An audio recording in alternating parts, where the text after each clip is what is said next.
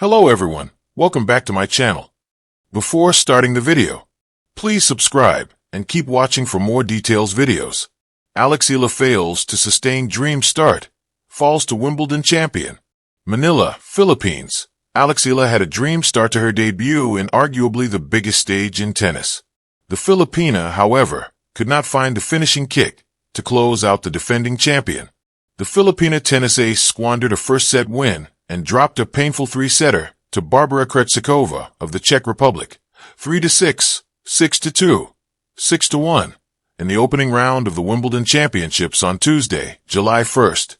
Krejcikova was quick to credit her opponent as Eala, who turned 20 in May and was making her first Wimbledon appearance, immediately looked at home in the daunting surroundings of the sport's most iconic court. I mean, what the hell she played in the first set? Krejcikova said. She was smashing the ball and cleaning the lines, so wow. She's going to be really good in a couple of years.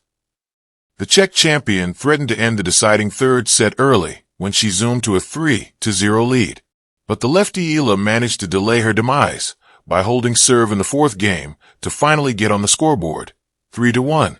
The 29-year-old Krejcikova proved steadier, maintaining the sharp ground strokes she displayed in her second-set win and dictating the rallies against a fading Eala. There would be no more games won for Eala, with Krejcikova sweeping the last three to finish off the Filipina in 2 hours and 12 minutes. It was a sorry defeat for Eala against a decorated veteran who, aside from bagging the title in Wimbledon last year, also emerged champion of the French Open in 2021. Still, it was a historic stint for Eala, the first Filipino tennis player in the Open era, male or female, to play in the main draw of Grand Slam events. The world number 56 Eala came off the blocks firing in the opening set despite dropping serve in the third game and falling behind, 1-2. Eala answered by breaking the former world number 2 twice and holding all her remaining serves to draw first blood and take a one-set advantage. The first set stunner shook up Krejcikova, who started getting her legs under her in the second set, allowing her to unleash her patented down-the-line ground strokes that repeatedly landed out of Eala's reach. Krejcikova came on the brink of scoring a bagel as she jumped to a 5-0 lead before Eala pocketed the next two games. But it was merely a temporary setback for Krejcikova, who broke the Filipina in the eighth game to even the match at one set apiece. Krejcikova said she was super happy to even be back to defend her title after a back injury ruled her out of the Australian Open and a thigh problem curtailed her grass court build-up. Definitely 6 months ago, I was in a lot of pain with my back, and I didn't really know how my career was going to go, she said. So I'm super excited that I can be here and that I can play on such a great court. She said she also took time before the match to inspect the trophy, with her name engraved from last year. I was definitely enjoying the moment, she said. Having that opportunity, that I can see my name there and that I can see the trophy and that I can just enter such a beautiful court, such a beautiful venue. It's super special. Eala, meanwhile, was coming off 7 matches the previous week, which ended with a finals heartbreaker just last Saturday, June 28th, at the WTA 250 Eastbourne Open. The grind took its toll on her in her match against Krejcikova as Eala could not get herself going in the second and third sets when it mattered most. The rising Filipina star's Wimbledon campaign, though, is not yet over as she is set to see action in the doubles competition on Wednesday, July 2nd. Eala will team up with Eala of Germany as they take on Olga Danilovic of Serbia and Anastasia Potapova of Russia. The grass beneath her feet. The sun had barely risen over the immaculate lawns of Wimbledon, and already, history was unfolding. Eala stood at the edge of the court, her grip tight around her racket. Her breath, though steady, carried a tremor of anticipation. She wasn't just playing a match. She was dancing on the edge of legend, facing the reigning Wimbledon champion in the second round. Just hours before, the Filipino rising star had dazzled with a first-round performance so fluid and fierce, the press dubbed it a dream debut. That night, headlines celebrated her poise, her powerful backhand, and the radiant confidence of youth. But today, everything felt heavier, the air, the silence between points, even the strings of her racket. Across the net stood Elena Kazarenka, the reigning queen of the grass courts. stoic, towering, her eyes unreadable, her feet barely seeming to touch the ground as she moved. Her serve, a weapon honed by years of blood, sweat, and center court heartbreaks. She had once said, "Wimbledon isn't a tournament, it's a battlefield." And today, Alex was stepping into it. Set 1, the spark. The first point of the match was a rally, 21 shots long, a breathless exchange that drew gasps from the crowd. Eala took it, and then, as though lit from within, she surged. She chased every ball like it owed her something. Her ground strokes crackled with purpose. For 45 glorious minutes, she was not the underdog. She was the storm. 6-4, first set, Eala.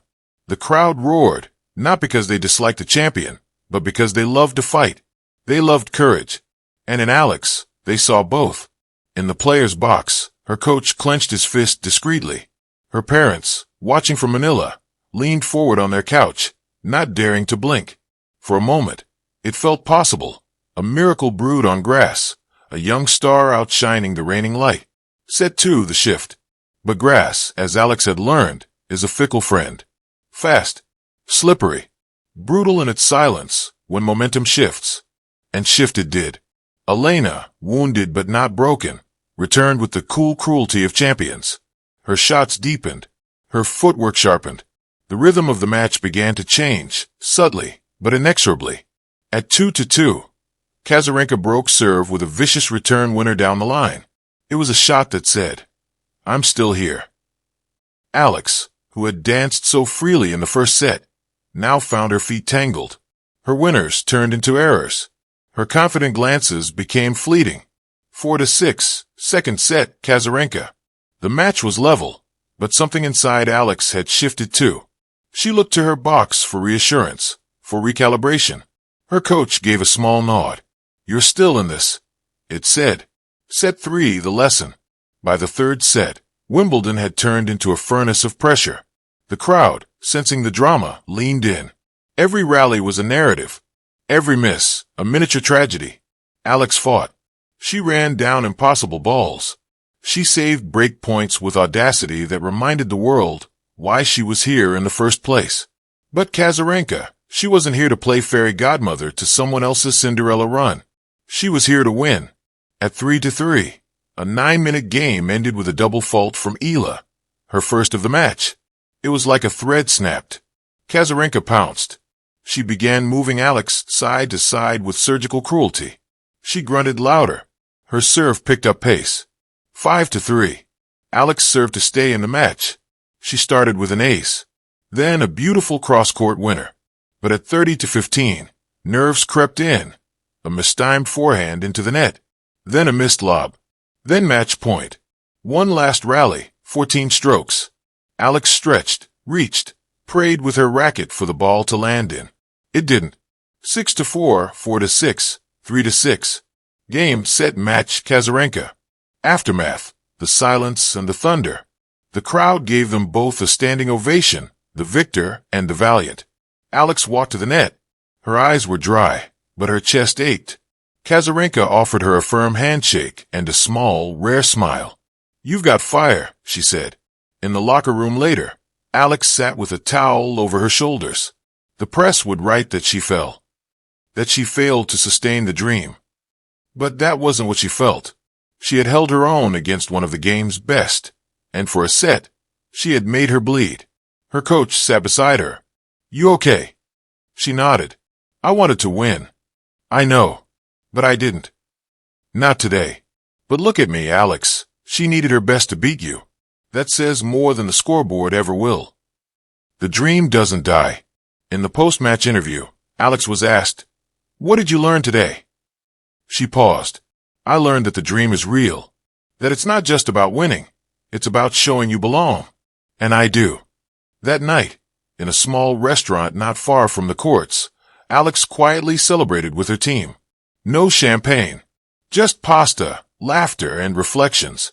She replayed the match in her mind, not with regret, but with resolve. Tomorrow, the dream would still be alive.